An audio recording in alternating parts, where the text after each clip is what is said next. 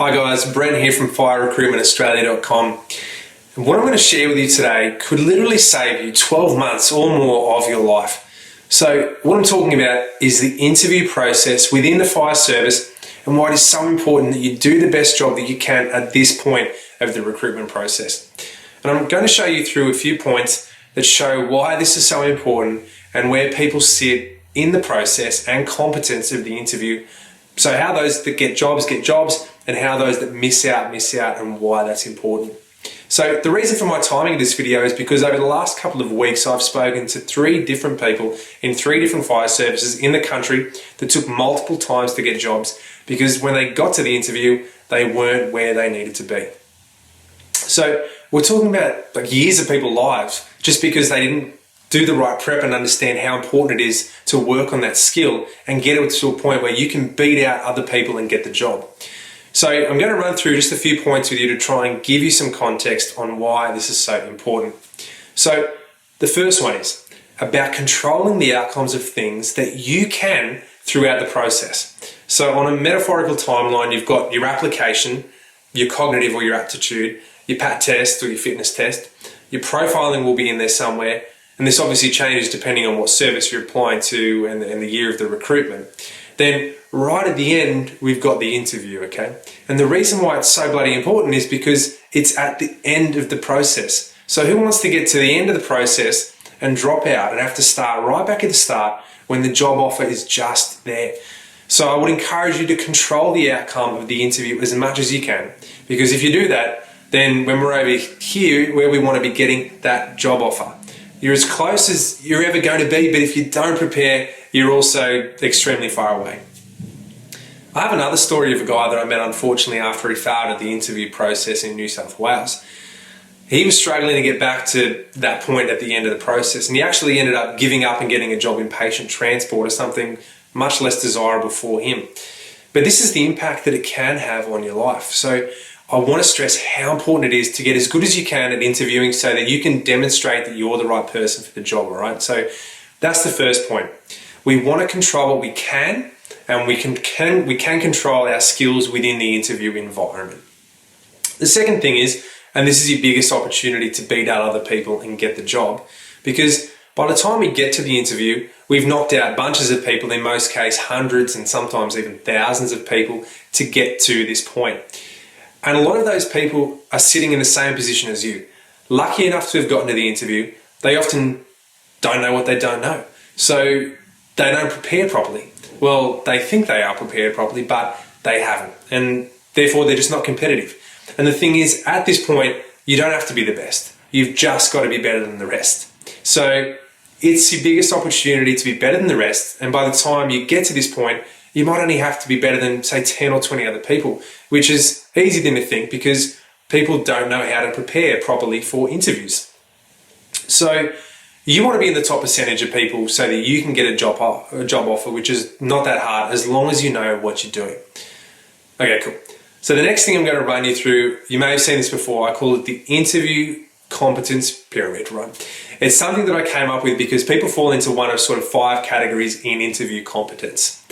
So the idea of this is to give you an idea of where you might be sitting currently so you can get an idea of your sort of chances of getting a position, all right? So I'm just going to explain this pyramid concept. So right down the bottom is the first position, which is where most people are.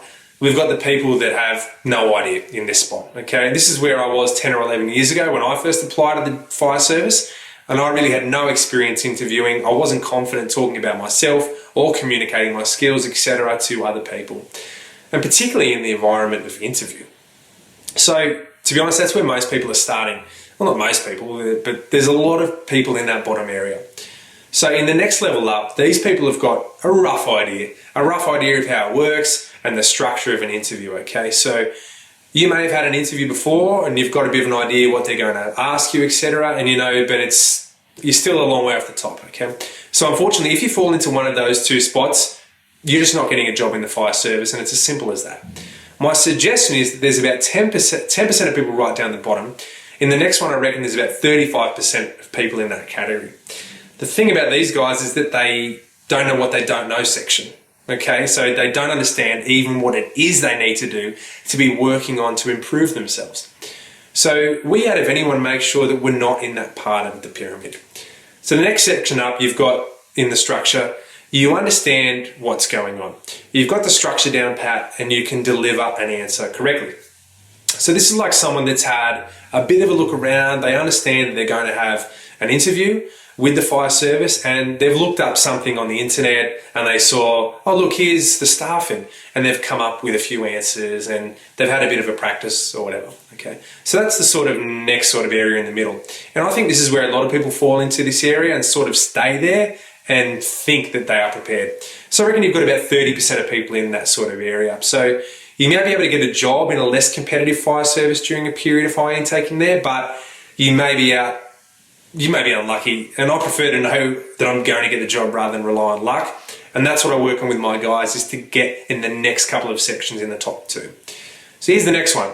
So structured, you've got that cover, and you can deliver an answer and you can make it a bit interesting so that they're not wanting to fall asleep and all that sort of stuff. So not a bad spot to be in because you're structured, you know what's going on, you can tell a story, you can relate to them and be a bit more interesting, all right? So I reckon probably 20% of people that are switched on in this environment would be sitting in here. And once again, you can get a job in maybe a bit less competitive environment, or what if you're in that section. So the area that I work on people to aim for is the top 5%. That way we know that we're getting a job basically. So when they're in the top area, you know the structure. You've got your interesting story so that they actually want to listen to you in the interview. You nail all of the points so you can listen to the question and understand it so that your response nails all the points in that question and you stand out, all right? So you stand out. After you've left the interview, they're like, wow, that guy's fantastic or that girl's fantastic. So this is the bit where we get the trophy for the job, and that is the aim. So for the people that I work with, that's what we're aiming to do as far as the interview goes. And the thing about this is you can absolutely control this. Like, it's crazy to me that you would get to this far in the process and not control something you're able to. So I found that people that followed absolutely every step of what I asked them to do, they just get jobs. So it just baffles me that people can control this and they choose not to. Hopefully, if you've got one thing out of this video today, it's that you understand the importance of the interview and how competitive the interview is so that you can go away and make sure that you're in the top 5% and you're getting a job offer. Okay, so if this makes sense to you and you want to work on this with me and my team, head over to my website. It's firerecruitmentaustralia.com/coaching. Just got to fill out the form, jump on the phone. We can have a bit of a chat about the best way we can help you and we can go forward from there. Look, whatever you decide to do, I really do wish you the best in the process. And if you fill out the form or chat, I look forward to speaking with you soon. Please give us a thumbs up if you like this video and don't forget to subscribe so you don't miss any updates. And if you have any questions, you can always contact me on the link below or visit firerecruitmentaustralia.com. And that's where you'll also see the latest in firefighter recruitment across the country. My name's Brent. Thanks so much for watching and I'll see you on the next video.